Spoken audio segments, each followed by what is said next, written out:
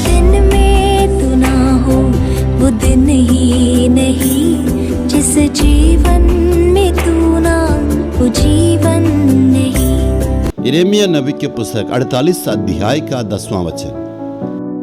शापित है वह जो यहोवा का काम आलस्य से करता है, और वह भी जो अपनी तलवार लो बहाने से रोक रखता है।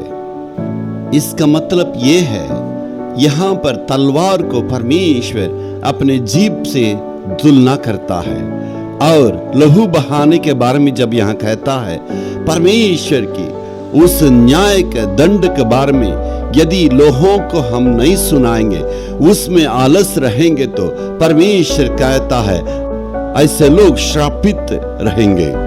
इसका मतलब जो परमेश्वर ने हमारे लिए नए दिन को दिया है, उसमें हम इतना आलस रहते हैं। जो परमेश्वर धन दौलत दिया है, उसमें हम चौकस नहीं रहते हैं। जो परमेश्वर पदवी दिया है, जो पदवी हमारी जिम्मेवारी दी है, उस जिम्मेवारी में आलस रहते हैं। तो परमेश्वर के कार्य में, सारे दिन में, समय में, सब में हम परमेश्वर के प्रति आलसी को दिखाते हैं।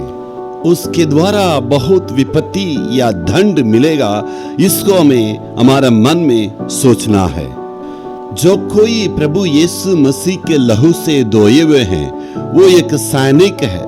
जैसे सैनिक में काम करते हैं, वैसे सैनिक के रूप में काम करने के लिए सारे मसीहों को जो यीशु के लहू से धोए हुए हैं, उन सबको परमेश्वर ने एक योद्धा के रूप में प्रभु बुलाया है।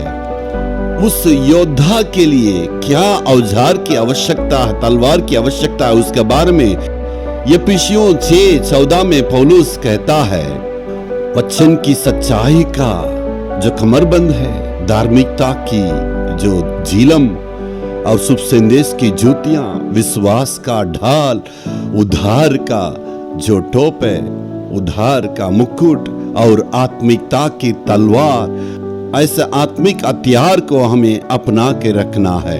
ऐसे आत्मिक हथियारों को हमें पहन के शैतान के सामने लड़ने के लिए योद्धा के समान हमें रहना है। यदि हम उसमें ढीला ढाला रहेंगे तो क्या होगा? युद्ध में हमें घायल होना पड़ेगा और हमारे जीवन को खोना पड़ेगा। और ये सारी बातों को सुन के जानने के यदि हम ढिलाई रखेंगे तो इस वचन के द्वारा ही हमें न्याय होगा, एक खतरा है। इसलिए हमें सावधान रहना। परमेश्वर के लोग, परमेश्वर योद्धा के रूप में हमें बुलाया है। Hallelujah, hallelujah.